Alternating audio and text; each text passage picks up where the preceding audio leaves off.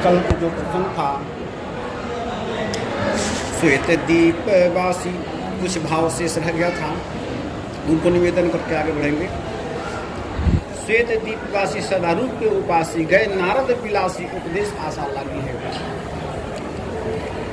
श्वेत दीप के भक्त जो थे भगवान के रूप में ही उनकी निष्ठा थी, भगवान के रूप के उपासक थे। नाम रूप लीला धाम रूप की उपासना थी उनकी, उस पर दृष्टांत है। रूप के उपासी जो है लोचन चातक जिन करी राखे रही तरस जल अभिलाखे। लोचन को चातक की तरह, चातक जो है सो चातक की तरह लोचन को जिन्होंने लोचन चातक जिन करी राखे रही दर्श जलधर अभिलाखे। निद्रही सरित सिंधु सर भारी, निद्रही सरित सिंधु सर भारी, भारी भारी समुद्र और सिंधु को, समुद्र को और नदियों को निदावर करते हैं। रूप बिंदु जल होई सुखारी। भगवान के रूप एक बिंदु एक झलक रूप का दर्शन हो जाए महाराज, उसी में प्रसन्न हो जाते हैं, आनंदमय हो जाता है। एक झलक दिख जाए भगवान के, दर्शन हो जाए मानसी में, बस रूप बिंदु जल हुई सुखारी, ये सुखी हो जाते हैं। रूप रूपा शक्ति पर दृष्टांत है धनुषदास जी का।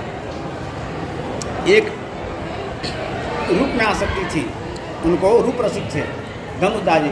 निचलापुरी में, हमारे दक्षिण भारत में तमिलनाडु प्रदेश में निचलापुरी कहते हैं, वहाँ के एक रूप रसिक थे। उनका तो पहले रूप रसिक का नाम था। तो महाराज वो क्या करें, उनकी पत्नी इतनी सुंदरी थी, इतनी सुंदरी थी महाराज, इतनी सुंदरी थी कि वो पत्नी को देखे बिना उनको चैन नहीं पड़ता।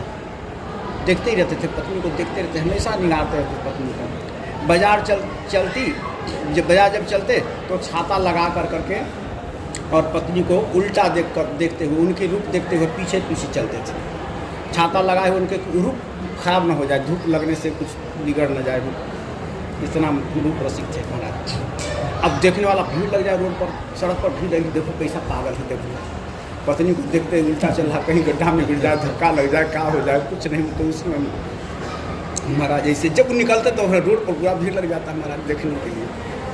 तो एक बार कावेरी गंगा से स्वामी रामानुजाचार्य जी स्नान करके आ रहे थे कावेरी गंगा से, देखा भीड़ लगा है, क्या बात है, स्वामी जी की दृष्टि पड़ गई। उन्होंने पूछा तो शिष्य ने बताया महाराज एक रूप रसिक है महाराज, पत्नी के रूप के बिना रहा नहीं जाता, उसको उसी का देखते चलता, उसी का भीड़ है महाराज, वो ऐसे ही चलता है, पागल के तो पागल हो गए हैं। उसको हमको उसको बुलाओ, हम देखा कैसा वो है।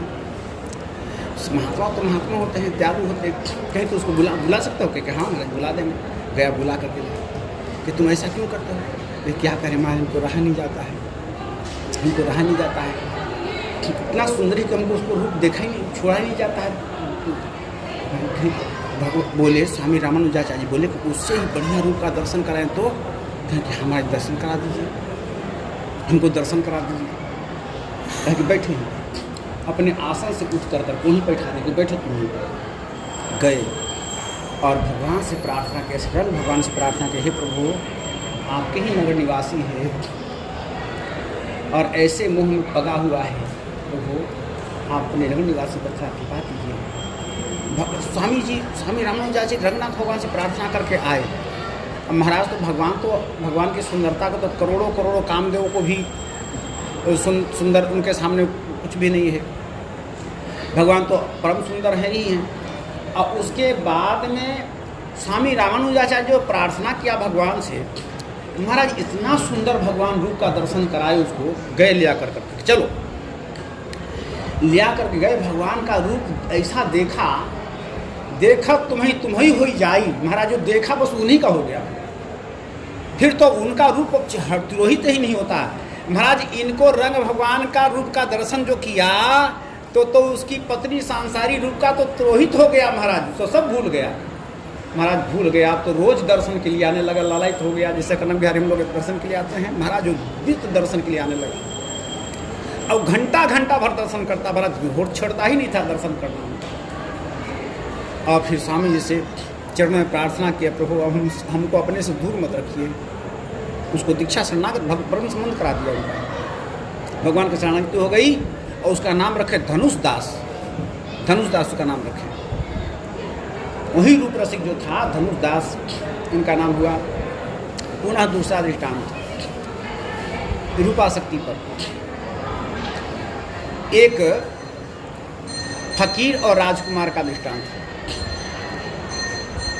एक राजकुमार, राजा का लड़का था, राजकुमार बहुत सुंदर था, परम सुंदर था। वो सवारी पर चढ़ करके कहीं जा रहा था, रथ पर चढ़ के कहीं जा रहा था।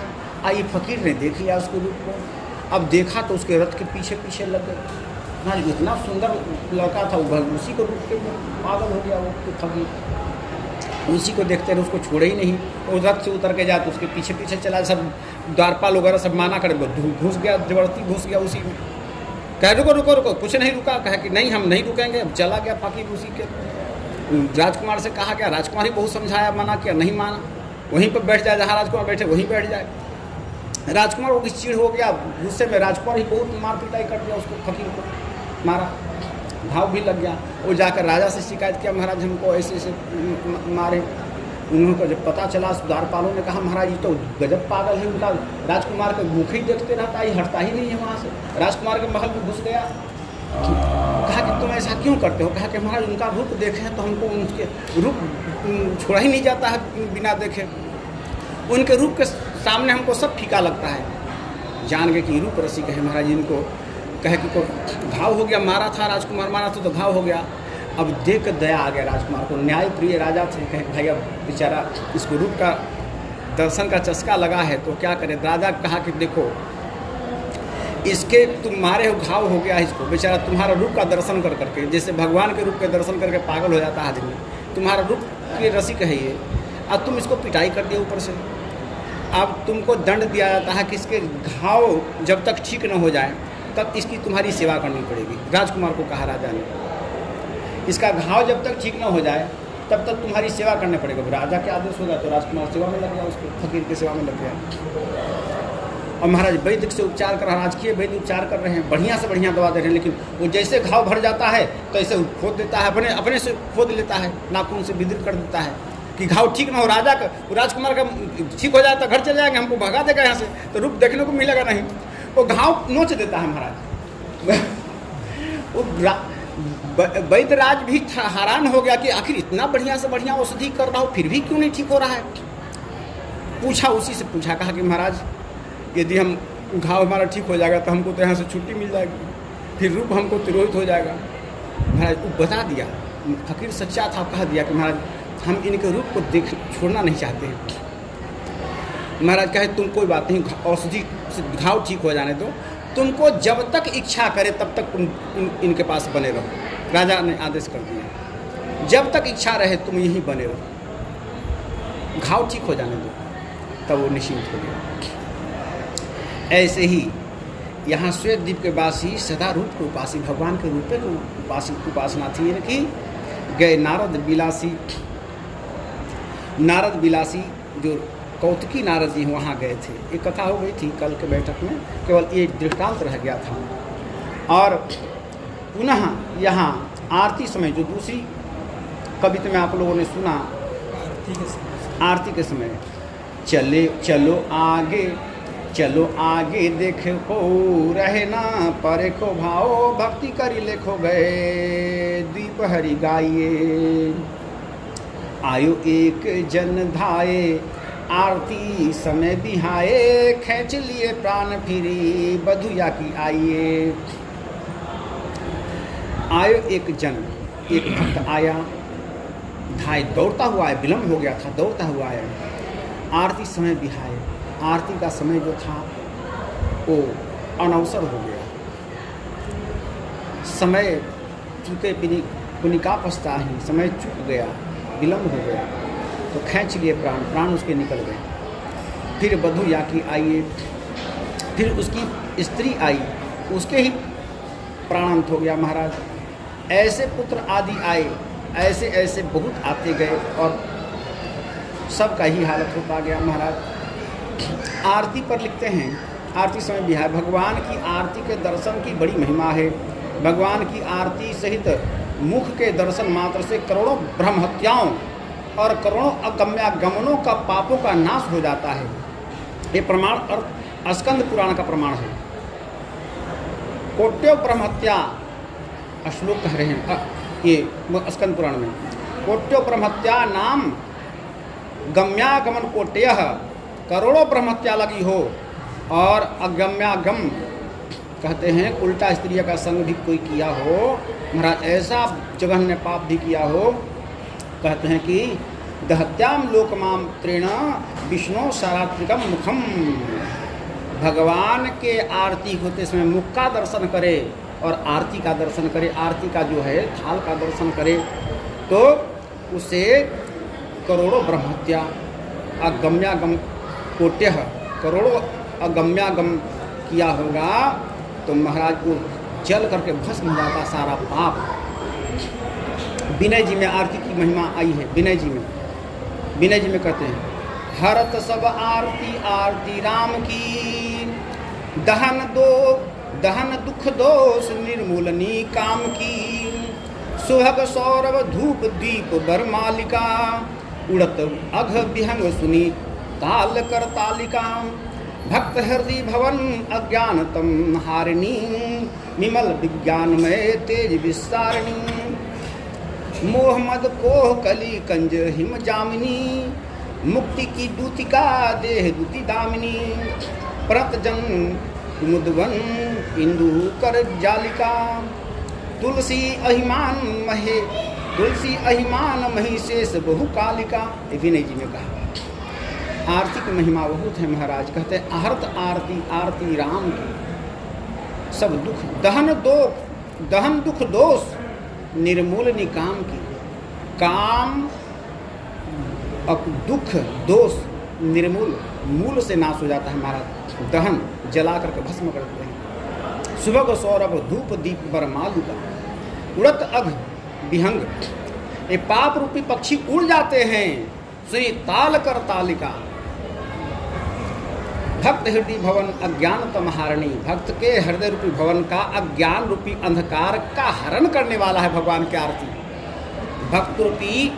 भक्त के हृदय रूपी भवन का में जो अज्ञान है, अंधकार है, अज्ञान रूपी जो अंधकार है उसको हरण करने वाली भगवान की आरती। विमल विज्ञान में तेज विस्तारणी, विमल और विज्ञान निर्मल विज्ञान में तेज का विस्तार करने वाला है। मोहम्मद को कलिकंज हिम जामिनी,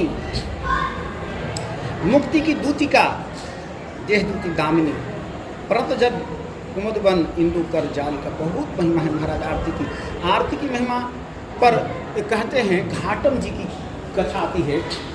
घाटम जी डकैत थे महाराज, मीनापुर में इनका जन्म हुआ था। मीनापुर कोई शूद्र कुल ही मीनापुर, जो चतुर्वर्ग का कुल होता है, मीनापुर में इनका जन्म हुआ था। और ये डकैत थे, घाटम जी डकैत थे, तो किसी साधु उधु को मानते ही नहीं थे। डकैत क्या मतलब साधु से, कोई साधु उधु को मानते नहीं थे। पर एक बार वन में जा रहे थे, वन में एक महात्मा जी को देख करके उनको श्रद्धा जगी, प्रणाम किया। महात्मा जी ने पूछा बेटा क्या नाम है? बोला घाटम। क्या करते हो? चोरी डकैती करते हैं। कहा दिया साहब। कहा बेटा ये अच्छा कर्म नहीं है, छोड़ दो। कहीं नहीं छोड़ेंगे। बार बार समझाएंगे नहीं छोड़ेंगे। क्या बेटा नहीं छोड़ेंगे, कोई बात नहीं, हमारी बात मानोगे? कहाँ मानेंगे, पर ये चोरी डकैती छोड़ने वाली बात मत कहना। क्या ठीक है बेटा, कोई बात नहीं, तुम चोरी डकैती करते हो कोई बात नहीं, पर हमारी 4 बात मान लो। कहीं 4 नहीं 8, नहीं 4 ही मानो, 8 मत मानो, 4 ही मानो। कहाँ बताइए? कहा कि भगवान के भोग लगा खाना, एक, दूसरा साधु सेवा करना, तीसरा सदा सत्य बोलना, और चौथा कहीं भी भगवान की आरती होते रहे वहाँ खड़ा हो जाना आरती में।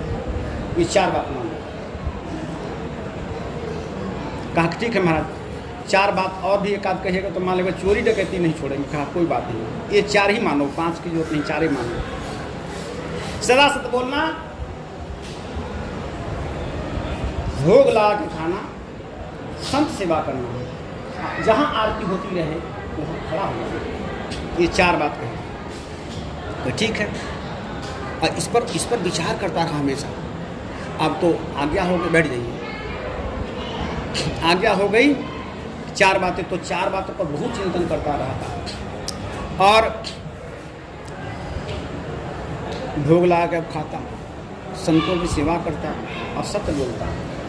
एक दिन की बात है, खूब बढ़िया पोशाक पहन करके घाटम जी, खूब बढ़िया पोशाक पहन के, जैसे मिलिट्री के अफसर होते हैं ना, मिलिट्री के अफसर की तरह एकदम खूब पोशाक पहन करके महाराज और चले राजा के यहाँ चोरी करने जा रहे। राजा के यहाँ घुसे, रात में जा रहे थे चोरी करने के लिए। तो द्वारपालों ने देखा, ए कौन है? कहा चोर। तो कहा भी धड़ल्ले से बोलिए चोर। तो महाराज कहा कि अरे ना, ये कोई अफसर है महाराज, राजा साहब से इतना मिलने जा रहे हैं, इतना बढ़िया पहने हो अफसर जिसे लगते हैं, राजा साहब से मिलने जा रहे हैं, हमने चोर कह दिया तो इनको नाराज। नहीं महाराज आप चोर जज। चला गए और गए तो राजा महाराज के, जो राजा महाराज घोड़ा पे चढ़ते थे, महाराज उन्हीं का घोड़ा चुरा कर भागने लगे, निकल गए, भागे वहाँ से चुरा। अब महाराज रात को पता चला कि अरे वहाँ घोड़ा नहीं, राजा महाराज को घोड़ा नहीं हल्ला हुआ। तो अरे तो वही चोर था महाराज, अब कोई आया नहीं, वही आया था। उसे पूछा, कहा चोर, सही में चोरी था। तो चलो अब घुड़सवार सब पीछे किए, आई महाराज घोड़ा चुरा के भागे। तो भागते मंगला आरती हो रही थी, कहीं 4 बजे भोर में मंगला आरती होती है, 4 बजे भोर में मंगला आरती हो रही थी। और संत जी ने कहा था आरती जहाँ होते हैं खड़े हो जाना। वो चारों बात मान रहा था, आरती में खड़ा हो गया। आरती का घंटा का शब्द दिखा पड़ा, बस मंदिर के बाहर घोड़े को बांध दिया पेड़ में और चले गए आरती में खड़े हुए। आरती में खड़े हुए, मंगला आरती में खड़े हुए, आरती के बाद में स्तुति वगैरह हुए सब। तब तक महाराज पीछे से घुड़सवार सैनिक सब आके घेर लिया, इनको ही पकड़ लिया। देखा आरती तो बोला कुछ नहीं, वहाँ पर खड़ा था, आरती वाले में पकड़ा ही। कहा कौन हो तुम? कहा चोर। कहाँ से आ रहे हो? राजा सर कहाँ से? घोड़ा बता दिया घोड़ा वहाँ। अरे घोड़ा सफ़ेद रंग का था, लाल कैसे होगा? कैसे हो गया? भगवान जाने कैसे हो गया। घोड़ा सफ़ेद चुरा थे, लेकिन आरती की महिमा से महाराज संत की वचन है, संत की कृपा से घोड़ा पकड़ के ले गया इनको राजा के पास में ले गया। राजा साहब ने पूछा तुम कौन हो? कहा चोर। राजा को आश्चर्य के बीच, इतना चोर के हम न्याय किए महाराज, इतना चोर को हम देखे जीवन में, लेकिन ऐसा सत्यवादी चोर तो देखा ही नहीं। सीधे कहता चोर, कोई चोर अपने को चोर नहीं कहता, ये चोर कहता है। कहा घोड़ा किसने चुरा? कहा हमने चुराया। ये भी कहता है घोड़ा हमने चुराया। राजा तो देख सब बात बता दिया कि किस लिए चुरा, कहा कि गुरु जी को देने के लिए चुरा महाराज। प्रसन्न हो गया इसके भाव पर और कहा बेटा घोड़ा तो हम तुमको दे दिया गुरु जी को देने के लिए, और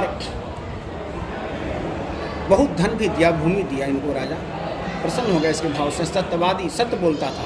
संत जी ने कहा ना कि तुम 4 बात मांगो, सदा सत्य बोलना, भोग लगा करके खाना, संतों की सेवा करना, आरती जहाँ होती रहे वहाँ खड़ा हो जाना।